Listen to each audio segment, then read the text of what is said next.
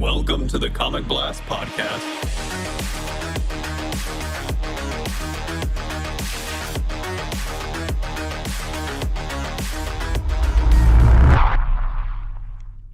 Welcome back, everyone, to the Comic Blast Podcast. We are back with another episode.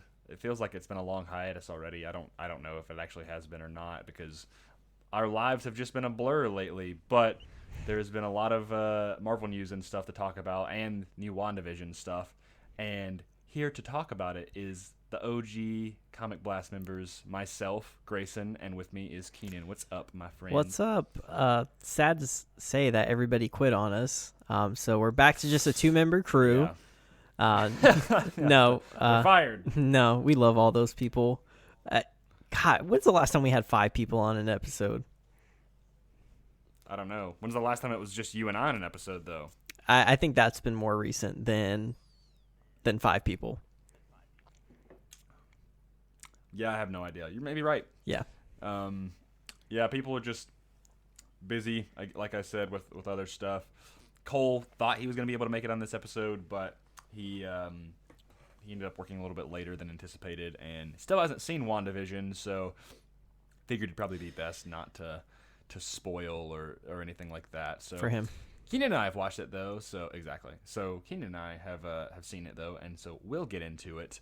And I'm going to push all the housekeeping stuff towards the end, as I always do, just for any new guys that are out there. But, of course, I'm Grayson, this is Keenan, and we are the 2 original hosts of the Comic Blast Podcast, where you can get all kinds of entertainment and pop culture, geek news stuff. But today's going to be a very Marvel MCU-centric episode. So let's not hesitate any further. Let's get into... Let's see, which one do I want to choose here first? You know what? Let's go ahead and just talk about WandaVision. Okay. Because I think that's probably the most fresh thing. And I'm sure a lot of people are probably most interested to hear our thoughts on that. So I'm going to just throw the ball in your court. What did you think about the first 2 episodes? Well, thank you for that great pass, Grayson, over into my court. Great assist. First 2 episodes. Man, I really don't want to be nitpicky with this show at all, because I'm so desperate for MCU content lately, and it's really cool to actually see these characters again. So I'm gonna stay away from nitpicking too much. But I don't know, like, I had fun watching it, and my favorite part of both the episodes is that there's something there's some sort of like disconcerting vibe, or like something that's eerie going on behind the scenes that you can't quite figure out. Right. And I love that aspect of it. It's kind of masked by this, the sitcom television format that they've built for this series, which I've enjoyed because, being a 90s kid, you kind of grow up on those types of sitcoms, whether it be sitcoms from the 50s. You usually did grow up watching those if you're a 90s kid at some point in time, like when you're home from school or something like that. So it's really funny. Yeah. And the jokes are very similar to those style jokes that you would see in those, sitcoms growing up. So it's really cool. And Elizabeth Olsen and Paul Bettany are freaking amazing in this They're really show. good. I mean, like, I didn't know they had that sort of chemistry potential. You see a robot and essentially a mutant or a superhero, but that's the extent that you see them interact in all of the previous like MCU installments, other than Infinity, where you kind of see them start a relationship, but that you don't really delve into that. And now you're really getting to see like Elizabeth Olsen and Paul Bettany have fun with this, and you kind of, I've already started to kind of get invested in that relationship, whether it be an actual relationship or something that's just formulated in Wanda's mind. But overall, like, I've enjoyed watching it. It's definitely the most bizarre MCU thing that they've done, I think, in quite some time. And it's really cool though, because like Kevin Feige, continues to do fresh things. And it's refreshing to see, as opposed to the normal blockbuster films that we get. I just want to say, like, my biggest nitpick though is the runtime of the episodes. I think that first episode you get about maybe 19 minutes of actual WandaVision. Yeah. And then about 8 minutes makes up the end credits. So you're looking at 8 minutes of end credit. That's about half the actual runtime that you're getting of the show. Keep in mind they also threw in like about a 1 minute commercial break at some point in time in the episode, which was it was fun to watch. But that's not the content you come for.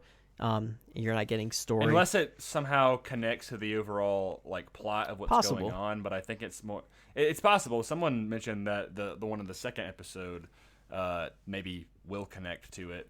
They do drop little Easter eggs in those things. But I've been kind of rambling. What are your thoughts, man? Well, I agree with everything you're saying on the actual like content of the 2 episodes. I probably enjoyed the second episode more than the first episode. But I kind of like how it's slowly progressing further and further into the whole timeline of sitcom and television. The first one is very 50s. The second one is kind of like the later 50s. I think soon, I'm sure the next episode will probably get into the 60s. And slowly into the 70s and the 80s and the 90s until contemporary time, which I've seen in the featurette. And I'm really kind of liking that. I love the almost Twilight Zone-esque feel to it, where it's like there's just certain cracks in reality, or at least in that reality, that you start to see. And that's when it kind of gets into that, like, you get grounded back into reality of like, oh, okay, like whatever is going on here is not exactly what it seems. Because I think initially to the like viewer, the MCU viewer, you're watching this and they're like, so they decided to make like a sitcom spin-off based on these characters. What? And then you're like watching it and you're like, this is so dumb. For people who may not know it, and then you get to the moments where, like, for example, spoilers for anybody who have not watched it. Just know for a fact that I think we both enjoyed them and we're looking forward to seeing more. But there's one moment when they're at the dinner table and his boss starts choking. And things start to kind of like unfold where you're like, this is not right. Like he's just choking and she's like, stop it, stop it, stop it, stop it. And you're like, creepy. What? And then it kind of goes into like those zoom shots of like of their face, and she's like, help him, Vision. And you're like, that was not normal. The music changes and everything. Something similar happens in the second episode as well, towards the end of it. But like by the end of the first episode, you immediately know, okay, this is not like the actual, like, whatever's going on here is not the plot of this. Like there's something grander going on, and we have no idea what it is. Like I'm still piecing everything together. There's a ton of Easter eggs, but the one thing I'll say is I was so happy to just see that Marvel logo pop up again for the first time. With the music, or for the first time. I was like, or at least I guess with because it plays like the Marvel theme that it does with the opening Marvel Studios logo. And you're like, oh man, it has been a year and a half since I have heard that. In theaters, and like it's not in theaters, but man, it's like it's a nice feeling for sure. Was Far From Home the last MCU project? Man, Black Widow would have come out back in May this year, or last year, I guess. And then Eternals would have been 2 months ago. None of those happened as of yet. This even though this show is like not like. Obviously, like I think for you and I, the show that we really wanted was Falcon and the Winter Soldier. Like it was supposed to come out first, and that was like the show that's gonna like propel you back into the overall continuation of the MCU. This show isn't necessarily what we were wanting in terms of like getting back into the MCU's overall like plot or story that's going on with that. But it's so nice to like get some sort of MCU content. And I have a feeling like something great is going to happen at the end of this series, the first season. Oh yeah. I think it's only one season. And I think it's going to do something that's going to blow our minds. I don't know what it is, but to go through all the effort of, kind of leaving us hanging and trying to figure this out, leads me to believe that there's going to be something great that's going to happen. And we already know that, like, Scarlet Witch is going to be in Doctor Strange in the Multiverse of Madness, and there's definitely something going on there. I'm almost wondering if this is like the MCU's version of House of M, where they're going to kind of like pull some stuff from that storyline, not necessarily have obviously, like, you're not really going to do much with the mutants, but just the fact that she's going to go insane, and they're kind of hinting that she's, or pretty much say she's going to eventually have those twins, which is a big part of the House of M storyline.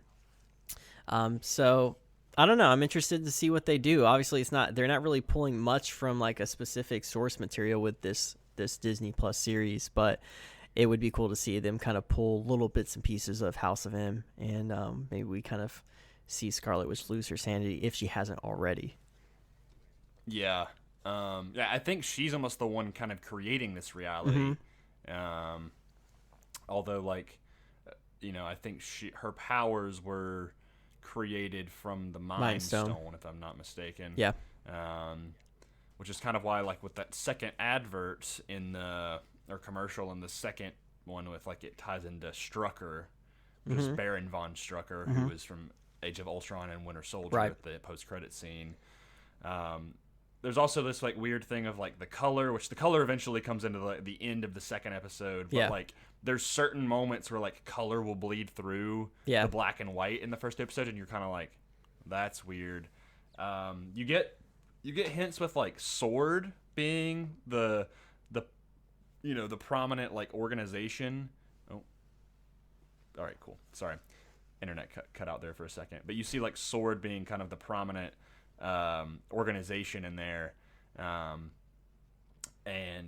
then you get that weird beekeeper guy at the end, which I was so confused about, so I saw some theory saying that it had to do with AIM, because AIM wears, like, beekeeper suits basically, and I was like, yeah, but there was actual bees flying around this guy, and then they they don't show his face, but they, like, silhouette his face, and it looks really, like, demented looking, right? Like, it seemed like something was off, and I was like, okay, but he has a SWORD logo on his outfit, and also you keep on hearing the bleeding through the radio of, like, Wanda, like, who's doing this to you, like, and you're like, what is going on? Like, what happened from the end of Endgame to now? Like, what's happening? That's what's, like, so confusing, is, like, what exactly happened to Wanda in between that time gap, because as far as we know, like, the last we see her is at the funeral for Tony Stark. What happened after that, you know? I want to, like, bring up a couple things. Catherine Hahn, I know her from Parks and Rec, but her character as the neighbor, I thoroughly enjoyed her, because it really felt like they ripped her straight out of a sitcom, no matter what decade it is. I mean, she is that nosy neighbor from all the sitcoms, and I really enjoyed that. Also, like, I completely forgot, but, like, I saw this going around on Twitter, and apparently Evan Peters is going to pop up in this show at some point in time. Yeah. What's going on there? Are they doing, like, a Quicksilver thing, you think?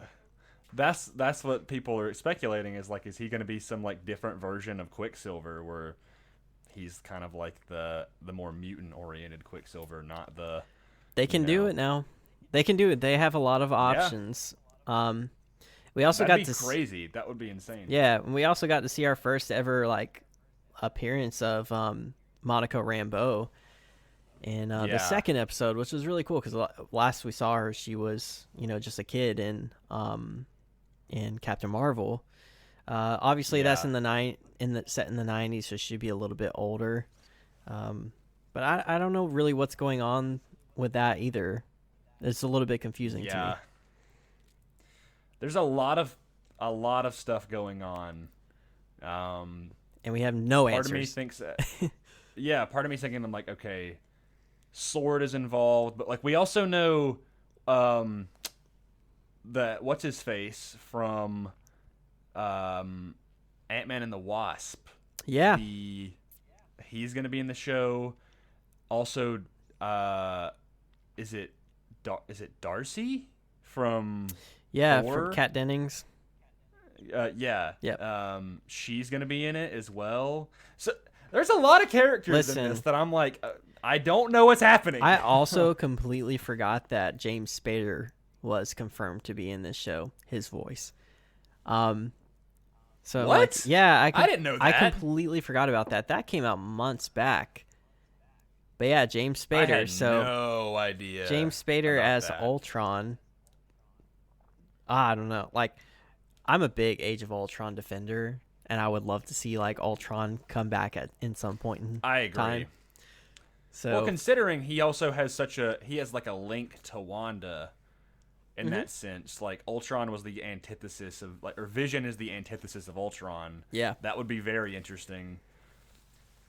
There's a lot going on and a lot we don't know. And by the end of the show, we're going to be like, okay.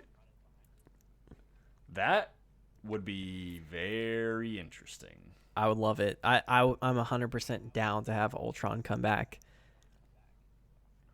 Yeah. Oh, I would love for him to come back. I don't think he's dead by a long shot. No. But, yeah. That'd be the perfect show to bring him back too, because considering they're bringing back these other villains for other shows, Loki is getting his own show, and then Zemo is going to be in Falcon and Winter Soldier. It would make sense to have another big bad like that. Bring back Ultron, man. Underutilized. One of the most underappreciated scenes in the MCU is with Ultron and Vision at the Age of Ultron. Over on that little mountain area where they have that conversation, and they both have like a difference of like ideology and how to handle things. And I don't remember the lines like verbatim or anything like that, but I remember what Vision had to say was like very inspiring. But geez, underutilized villain. Yeah. I'd love to see more. Yeah, he deserves like more to that story. What would you like? Are you, in a sense of like, did you really enjoy these episodes? Are you just more so intrigued to see what's to come? Are you fully on board? Are you still kind of like skeptical? Like what are kind of your overall final thoughts on like those first 2 episodes? So overall, like I'm just excited to have MCU and see characters that I'm familiar with again. And then B, I always come back to the same critique for the Disney Plus shows, and it's the runtime. It's like either the runtime is so deceiving. Like I thought we were getting about a 30-minute episode, and it turned out 8 minutes of that episode was credits. Like that credit scene is long. It's so long, and I actually watched the whole thing because I'm like, surely there's something there for this long. It doesn't say skip credits, so nothing. You're assuming that because usually Disney Plus pops up like a skip credits option. Yeah. And I'm like, okay, well maybe they're gonna keep the trend with the MCU and they're gonna do a post credits scene every episode. Yeah. Nothing. Right? Nothing. That I had the same critique about The Mandalorian, even though I think they stepped it up for season 2. But with this one, I'm just like, really, like 19 minutes for a first episode, like a pilot episode. Usually pilot episodes ends up being one of your longer episodes. So that was like my only critique, especially with like an 8-episode season. We're already 2 episodes in, and it's a very short run time. And that's really like my only main critique. But overall, I'm watching it just like I have no real expectations. I'm just kind of enjoying what I'm getting. So I'm actually like, I don't know if they intended on this, but I'm watching it as if it is a sitcom. And then every now and then, I think you put it like there's cracks in reality. And I thought that was a good way of putting it. Like those little cracks in reality, like make me snap back into like, oh yeah, this is an MCU show. I'm not just watching a sitcom anymore, which I really enjoy. Because like when that first thing happened at the dinner table, I was like just enjoying the episode as it was, probably intended to be seen as a sitcom. And then that happened, and like my heart just started racing, and I'm like, oh my god, what's happening right now? I gotta what's going on, So that part of it I do enjoy. What about you? I mean, that's pretty much my exact same thing. Like, I wish they were a little bit longer, Yeah. but considering we got 2 episodes on the first day, I wasn't too displeased. I would have been a little bit more displeased if it was just the first episode, because I would have been like, angry. I would have been on my keyboard. Yeah. On Twitter. But I think the 2 episode premiere. How many episodes are we supposed to get for this season? 8. I think this is only one season. Like, it's just a one-time thing. Okay. Well, I mean, I'm fine. I mean, that would make sense. Yeah. But, okay. I'm then it's gonna be like, if we're gonna get 6 more episodes that are that length, that's just a movie right there. That's literally true. just a movie. That is true. Like, granted, they're doing this. Like, I think WandaVision makes sense in an episode format because of the whole WandaVision television kind of thing, right. you know. But if I wonder if some of these other shows, like God forbid, if Falcon and Winter Soldier is, they're that short. I think that one's show's only going to be 6 episodes. I think they're 6 and an hour apiece. Oh boy, let's go! That made me very happy. That's 3 movies. I hope so. Yeah, I was about to say. But yeah, 2 if you consider Endgame. But still. Yeah, that's true. But yeah, I've enjoyed it so far. I wish we would have gotten Falcon and Winter Soldier first, and then this, because this was kind of on the bottom hemisphere of the shows that I was most excited for, or just the projects in general. Same here. But now that we I remember when this show was announced, I was like, what? Like, why? I was like, what now a dumb title. I get it now. Yeah. Exactly. Yeah, exactly. But with Marvel, I've always just got to be like, nah, I trust them. It's benefit of the doubt. And yeah. Right. But I'm just intrigued to see more, and now I'm gonna finally have something week to week to look forward to. Oh yeah. God, you got to cut life back on sucks, those credits, man. guys. Like, come on. Yeah, those credits. I mean, it's so deceiving, man. Kevin Feige, you're better than that. Yeah, I'm like, it could have at least been 5 minutes, not 8. Yeah. Whack. They were literally we got to make this episode longer. And what do? We just got to make the credits longer. They're literally putting the janitors on as credits or something. What about that one guy? He was he took out the trash one time on set. What was his name? Let's put him in here. That's what it felt like. Yeah. Yeah, it was. There's one thing that I liked is the different openings of the both episodes. Absolutely. How one was definitely Andy Griffith kind of 50s. The next one was more late 50s, but maybe early 60s. I was where dancing to that one. Animated. Yeah. That one was good. My head was bobbing to the second it. one. I was like, this is nice. This is catchy. I can't wait till we get to the 80s one where it's Full House. It's Dude, that kind of style. 80s and then they get to the 90s. 90s, dude, Bro. that's gonna be Fresh Prince of Bel-Air style, God. Saved by the Bell. You get to the 2000s and stuff. I can't wait till they get to the Office one. Oh where my gosh. It's gonna be kind of. That's gonna be a documentary really type. Yeah. Yeah. Or the mockumentary or whatever it's called. Yeah. Yeah. I'm loving the progression because it almost feels like a history of television. Exactly. I'm getting excited now that we're talking about this. I'm actually starting to appreciate it more. I think it's just super creative, and I think it's one of those even as I still want more of it, even then, it shows that the MCU can take creative liberties and still tell the story they want to tell. They're definitely getting wacky with it now, and they're all the people who are complaining about it feels every MCU movie is just the next one up on the assembly line. This kind of breaks that trend. And credit to Kevin Feige, because I don't think he would. I don't think he would pull something like this off or want to do something like this in film. But when he got the freedom to do something like Disney Plus shows, you get to tell stories that necessarily wouldn't hit it on film, but you can use Disney Plus as a way to tell weirder stories. So yeah, Kevin Feige, I just love you. You see that Ben Affleck quote that said Kevin Feige's the best producer alive or something? Said he's an effing genius. He said he understands his audience. I was like, man, where do you? It's that immediately. I was like, let's get Ben Affleck on Imagine. something. I'm like, let's Yeah, do something. Even if I'd be it's a down with villain that. or something, you know. Imagine all the Batmans join the MCU as villains. We get Christian Bale, we got Michael Keaton. Oh shoot! I didn't even think about that. I just thought about that right now. Get Ben Jeez. Affleck, get Val Kilmer, get George Clooney. Yeah, yeah. Oh I'm down. man, that'd be funny. But yeah, that's our thoughts on WandaVision.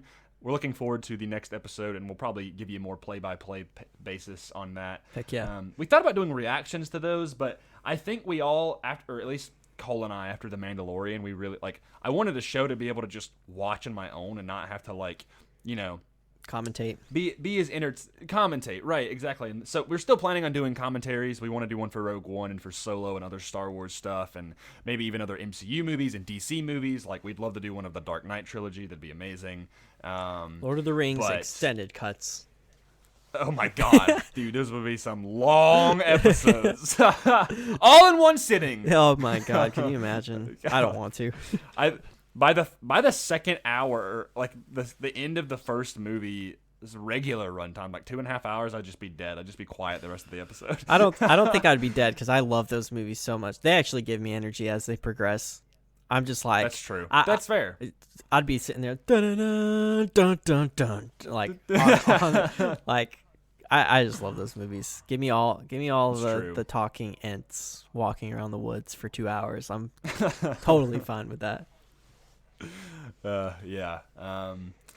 But we're gonna move on to our next episode, or not next episode, but next news piece. And I'm gonna go backwards in the order of your show notes here, Keenan. I'm sorry. That's okay. I just kind of want to talk about the most interesting things first. So, there were some rumors, some reports, some speculation, all that fun synonym things, that Chris Evans is in talk to make an appearance in a future MCU project. However, Chris Evans went on Twitter and was like, "News to me," which makes it seem like you're lying. He's a trained professional at this by now. He's got about 10 years experience. Yeah. Yeah. Oh yeah. Yeah. So let's just assume that he is being untruthful, as we, the Marvel snipers are on him. Yeah. And they're like, so let's assume that he is coming back for another project. What do we want to see him do? I already have my pitch, and I've seen other people pitch this. What do you want to see him come back for? If it were completely up to me, he would never come back on screen ever again, because I'm so satisfied with the conclusion of that character. But like, if I'm being realistic, I won't be surprised if he comes back as Old Man Cap at some point in time. And that's it. Yeah, but I feel like it would serve the story well. Yeah, I mean, like, we know that he's always gonna have some sort of ties to Marvel Studios. I don't think they're gonna come out and be like, we're gonna make a Captain America 4 or something like that. But I love the idea. No. This may be your idea as well, but I do love the idea of seeing some adventures of him and Peggy Carter.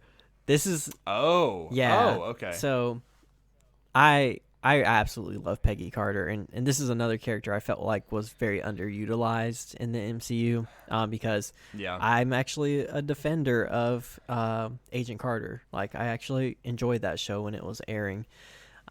So I would love to see, Captain America and Peggy team up. Maybe it's just in a Disney Plus series, 6 episodes. I'd be fine with that, but that's what I would like. I've heard people say they want to see him return all the Infinity Stones, which I think would be a blast to see. That thing would be super fun. Yeah. I think it'd just be entertaining, and like, I want to see him be like, "Yo, Red Skull." That would be cool. Yeah. And then, like, I think you could show at the very end, after he returns them all, him finding Peggy for the first time. Yeah. And like them reuniting or something, like, or maybe Peggy even helps him return the stones. Like, that would be the adventures of them.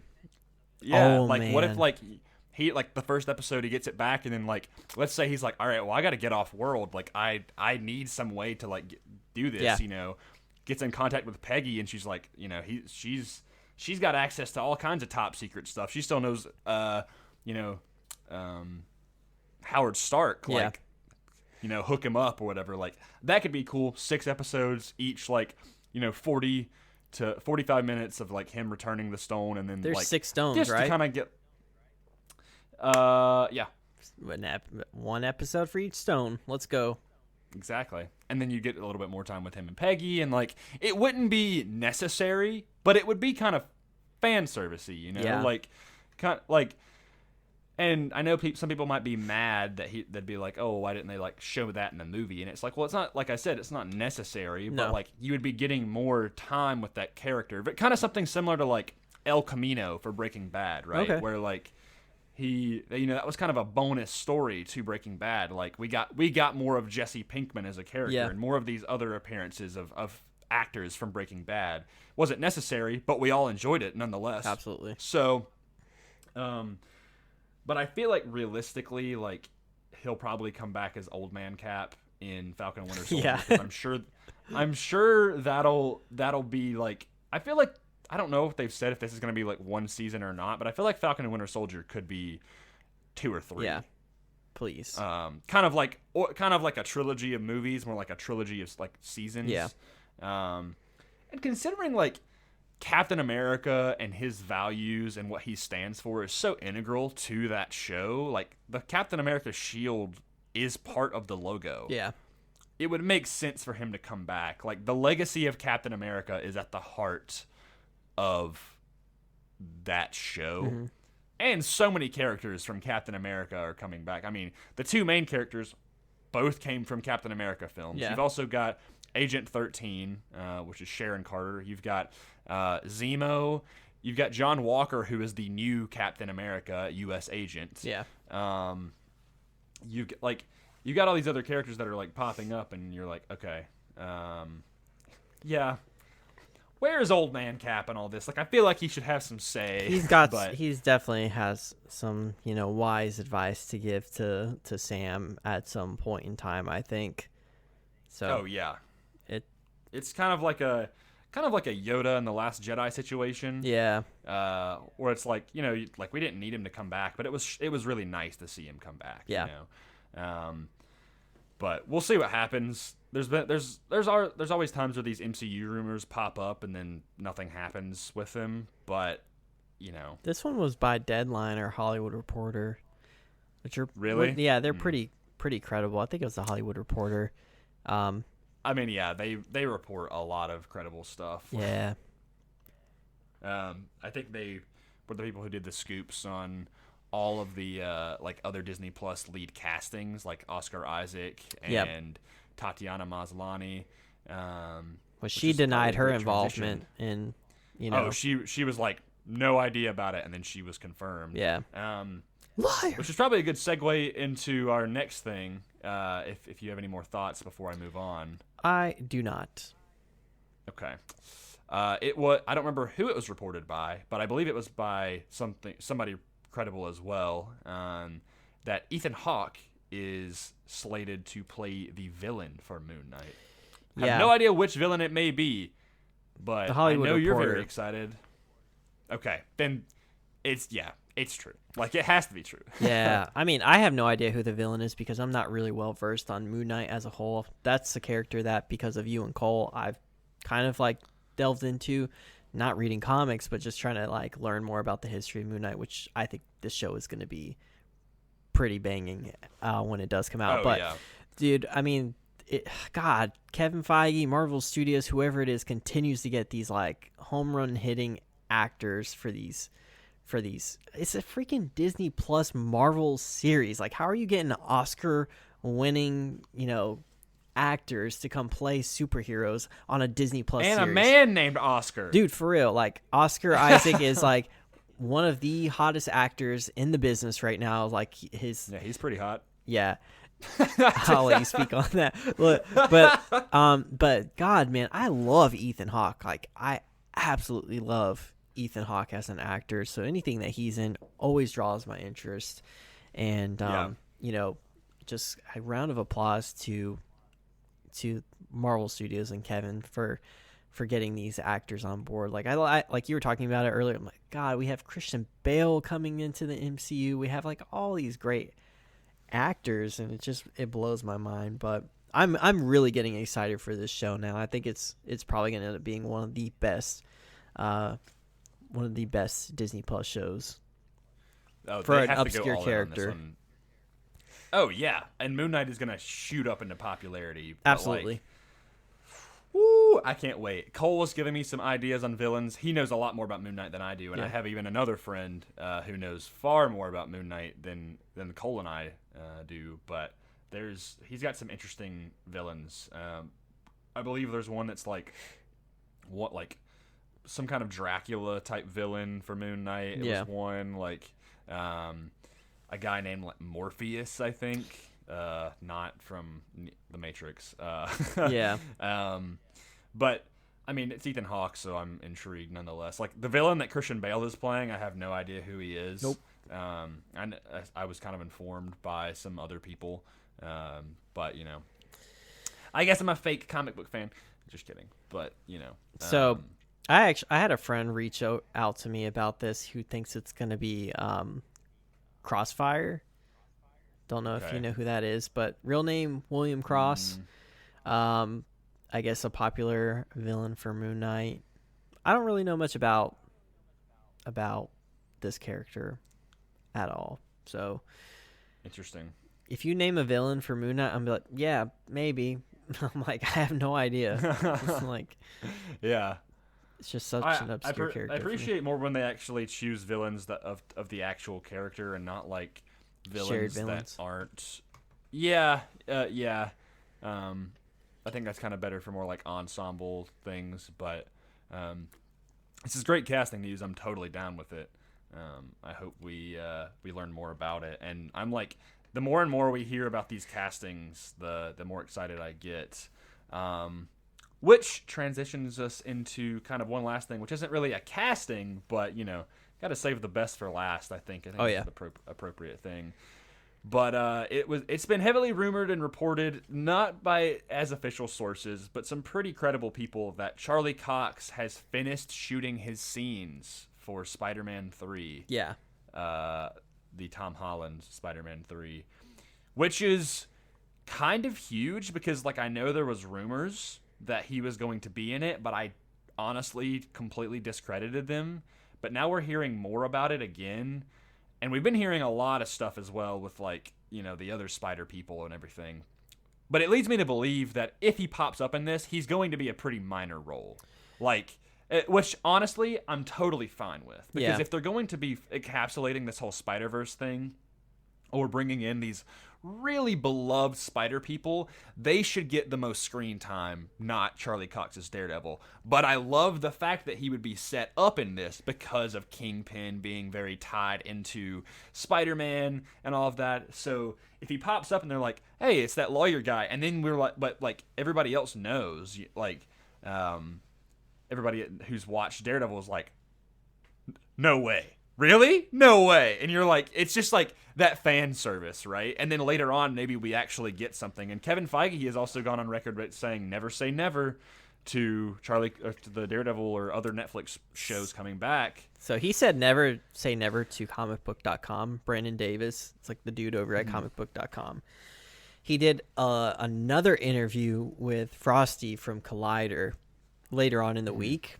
And I don't remember the exact question Frosty asked, but he said something along the lines like, is there a possibility we see like Matt Murdock or Charlie Cox as Daredevil or something like that? And Kevin Feige did not answer him, but he just stared at the camera shaking his head like, yes, and did not say a thing. He did not say a thing, but he just stared at the camera shaking his head, yes. And I was like, that's it. I'm like, that confirms it. And the fact that those video clips came out, and Brandon Davis, who also reported that Charlie Cox filmed stuff for Spider-Man 3. Like I'm one of those people where like when there's smoke, there's fire, and when you start to see rumors from different sources come out, I'm like, yes, there's something there. So Grayson, I'm getting so excited talking about this right now. That is awesome. I did not know that. That makes me so happy. I went through a depression phase last year where I was like, we're never going to see Daredevil again. Like, we're never going to see Charlie Cox as Daredevil again. And it definitely feels like we're obviously we're gonna see him, and I feel like they're gonna find a way to bring back his show, because like, you know, there was also the news that came out this week that we didn't put into the show notes that Kevin Feige did confirm that Deadpool is going to be rated R, which shows that they can bring back Daredevil and continue to make it like an R-rated TV show, TVMA or whatever. So I think that, you know, obviously we're going to see Daredevil and Spider-Man interact. I'm getting so excited about it. And then, and then we're going to get freaking Charlie Cox's Daredevil back at some point in time. If we get a movie of Tom Holland's Spider-Man, dude, what the heck? Charlie Cox's Daredevil and Ryan Reynolds' Deadpool all together, if they made like a Team Red movie, I'd lose my mind. You remember that scene that like Jimmy Kimmel skit where he goes to the dry cleaners? Yes. And he's like getting his mask, and he's like, that's Matt's mask. And he's like, no, that's Wade's. And he's like, hey, this is Wade's. Like, I'm like, that's canon now. Yeah. So, also, there's a lot of stuff coming out on like Twitter through leaks for Spider-Man 3, like it did for Far From Home. And I actually sent Grayson, you probably haven't seen it, but I put a picture in the Discord of the suit that Tom Holland is wearing on set for Spider-Man 3, and it's still that black and red suit, but they decided to go with like the V shaped belt, which is like very classic Spider-Man look. Is that not what he has in Far From Home? No, I think it's more of like just a wraparound belt looking. Okay. It's less of that V cut. So also there's also a set photo that was taken. They were tearing down the set for Spider-Man 3, and one of the buildings that they tore down had like snow on it, and it looked very holiday-ish. So there may be a chance that we're going to see like Spider-Man during the winter, which I think would be amazing. Oh, really? Yeah, so that's also another thing that came out on Twitter recently. It's just one of those things where there's so much coming out for Spider-Man 3 that I personally choose to believe it, because there's so much coming at one time. So I'm getting pretty freaking excited, man. Yeah. No, I see what you're talking about. It kind of goes deeper, of like that Raimi style. And the Far From Home has like these little black tabs on the his belt. Yeah. And those are absent. That is interesting. Those are gone. I still wish that they would bring back the red and blue.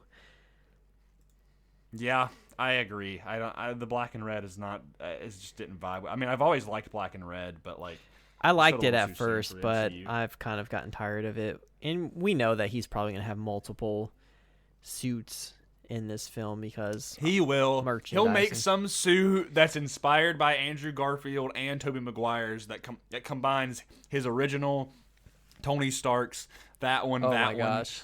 And like it'll be like this like crazy like it'll just be the PS4 suit. Oh my god, can you imagine? Just the classic suit. It'll just be the classic Spider-Man suit. He's like, this is my suit now, and you're like, that's just Spider-Man's suit, but okay. Like I won't complain. That'd be funny. I would not either. I posted another photo in the Discord. Obviously, you guys listening can't see it, but if you're on Twitter, you've probably seen it. That's part of the set. It's like says Peter Pan Donut and Pastry Shop, and it says Merry Christmas in the windows. And looks very like winter-esque. So it'd be really cool. What if it's like the reason it's Christmas is because it's actually like loosely connected to into the Spider-Verse, where the Collider did not bring them into Miles' dimension, but affected other dimensions as well, and that's why Tobey Maguire and Andrew Garfield's are hop into his universe. That'd be cool. Maybe it's a possibility. Or maybe it's just like Spider-Man Home for the holidays, Spider-Man Home for Christmas. The Spider-Man Home Alone. Spider-Man Home Alone. No telling what it's going to be. I mean, I'm down with the Christmas Spider-Man movie. I like the idea of Spider-Man Home for the holidays, but I feel like it would just make, like, depending on what the plot was, I guess, like, I don't know. It's interesting. Man, I'm excited. I'm very excited. There's a lot of really cool MCU stuff that's happening, and I always get really giddy about this stuff because it makes me look forward to getting invested again into the MCU. Yeah. When we have been so deprived. Okay, listen, Disney. I know you're not listening to this, but if you are, or somebody is listening to this, just put Black Widow on Disney Plus. Oh, you for did the it love of with God. a ton of other movies. You did it with Onward. You did it with Soul. Movies that arguably had huge budgets and would have been immensely successful in the theaters, but you put them on Disney Plus for free. At the very least, put them on Disney Plus for like a $15 fee or something. Yeah. And like to keep it permanently, wait a couple months and then put it on there. We're all paying the Disney Plus fee. You already got us sold. Just put it on there. You want to. Yeah, I want to see Black Widow. I feel like they're gonna have to get to that point unless, like, listen, whatever your views are on COVID or politically, it's likely that we're not gonna be like in movie theaters. Like, there's not gonna be mass showing at movie theaters until the end of this year. Probably like at fall at some point. I'd say it'll at least be September or October. Yeah, that's when most people are going to get vaccinated, by then, and people are going to feel a little bit safer to go out. So I'm not waiting that long. I refuse to wait that long to watch Black Widow. I mean, so... Just, if you don't want to put it on Disney Plus, just put it on demand. Give us the option. I don't know. Or they could do a Wonder Woman thing. Like, Wonder Woman is playing in some theaters that are, the theaters that remain open. There's one in our town that is open still. Same thing with that new Tom Holland movie, Cherry, that looks really good. That's also on like iTunes or something, or Apple. Right, exactly. It gives options. It allows you to be like, okay, like I don't want to go to theaters. I can buy it on here. I can get a subscription to this or whatever. Like, I've got HBO Max, and there's a ton of movies coming out on there, and I'm so glad I do.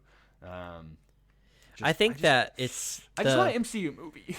The MCU movies are so sacred, I think, because they're an event that you look forward to 3 of them every year and going to the theater and getting together with a big group of people, and you got your theater clapping, and it is a special event to get those. But I feel like for these, I don't know about Eternals, but at least with Black Widow, because that movie is so long overdue, years overdue. That solo film should have happened before Endgame, in my opinion.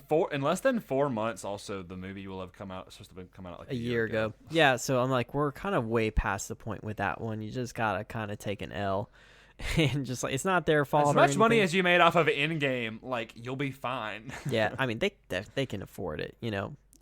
Put a fee on it if you want to. Grayson and I will. And also, it's Marvel. Like, there's a difference between Wonder Woman and Black Widow, where Wonder Woman was popular, but the DCEU is not nearly as popular as the MCU. No, like, everybody watches Marvel movies, so that means a lot of people will pay money to watch Black Widow at their home.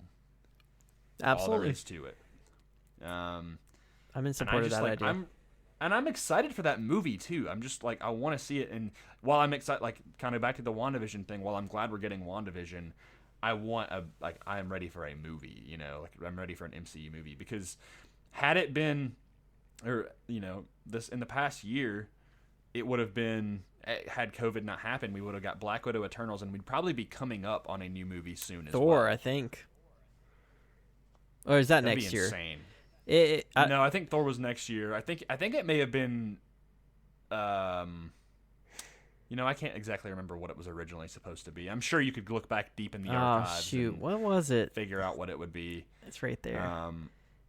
We also would have gotten Morbius and Venom 2. Oh my God, those got delayed to the end of the year. And then I think Spider-Man 3 would have come out this year. This July was supposed to be Spider-Man. Christmas in July, Keenan? Is that what they were going to do? I hope not. I hope not. I hope it actually comes out around Christmas time. But we would have had a lot of Marvel movies. Black Widow I'm excited for, just to see. I don't really care so much about Black Widow anymore because she's dead, obviously. But I do like that they're probably going to do something with Florence Pugh's character. I think she's going to have a expanded role in the MCU, like, moving forward. So I was more intrigued to see that kind of develop, but geez, man, I'm like, we're in such a weird spot, where Doctor Strange we're looking at 4 years in between movies for Doctor Strange, possibly 5 years in between. And then Guardians 2 came out in 2017 or It's well past 4 years for both of those. Yeah. Or it's about to be. Yeah, and COVID obviously isn't helping that because those were already originally slated to be about a 4-year gap. So, you don't know when these are going to start filming, but I don't know. I mean, there's a lot to be optimistic about. We have these shows to hold us over. I think Loki comes out in March? I thought that was Falcon and Winter Soldier. I thought Falcon and Winter Soldier was You're next. You're right. So as soon as WandaVision ends, we get Falcon and Winter Soldier. Oh, yeah. Then I think we get Loki. All right. And I'm honestly really hyped for Loki. I rewatched the trailer. Yeah. And it looks good. Really excited.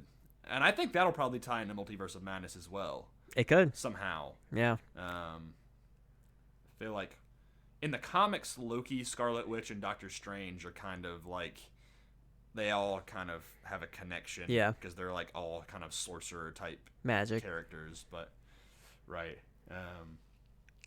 Anyway, we're rambling at this point. But I believe that is going to do it for this episode. Now it's the dance party time, I guess. If you want to keep up with us more, you can follow us on Twitter and Instagram at comicblast_. You can follow me at Schradester8 on Twitter and Instagram. You can follow Keenan at Keenan Creates as well. You can follow Cole, who is not here, at And the Force is With Me on Instagram and at The Cosmic Lotus on Twitter. You can also follow Josh and Jess. Jess is at Female and Fatal on Instagram. You can follow Josh at Josh Johnson 98 with 2 N's on Twitter and Instagram. We also do another podcast, which we've been kind of slack on lately, so if you're a fan of that one, I sincerely apologize. We're just busy guys. We're going to try to get out more stuff soon. But that is the Rising Action Podcast. You can listen to that wherever you're listening to this. You can also check us out on patreon.com/comicblast, which would hugely help us out if you supported us on there. But, of course, no obligation, and we have a lot of faithful followers on there. We've got Joseph, Caleb, Diego, Jacob, Jake, and Sam, and Jess is also a sponsor, so she's a host and a sponsor. Kind of neat. You too can also be a patron by going to patreon.com/comicblast, and as little as $1 a month, you can help support us. And it would be really great because we're really busy people, and making time to do this and be there for you guys can sometimes be a little challenging. But we do it because we love doing it. But a little tip money in the cookie jar would not wouldn't hurt one bit. What? Tip money in the cookie jar? Yeah. Is that not the saying? I don't know. Just tip money in the tip jar. Just that one. I mean, usually whatever. It's been a long day. I don't know. You may be right. I'm not well versed on these things. Yeah, it's true. Keenan, have I left anything else out before I close us up? No, you have not. You're just so good at everything, and you're perfect. Thank you. That's not true, but thank you anyway.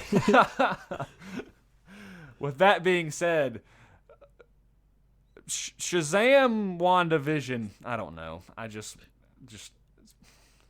bye. That was the best outro you've done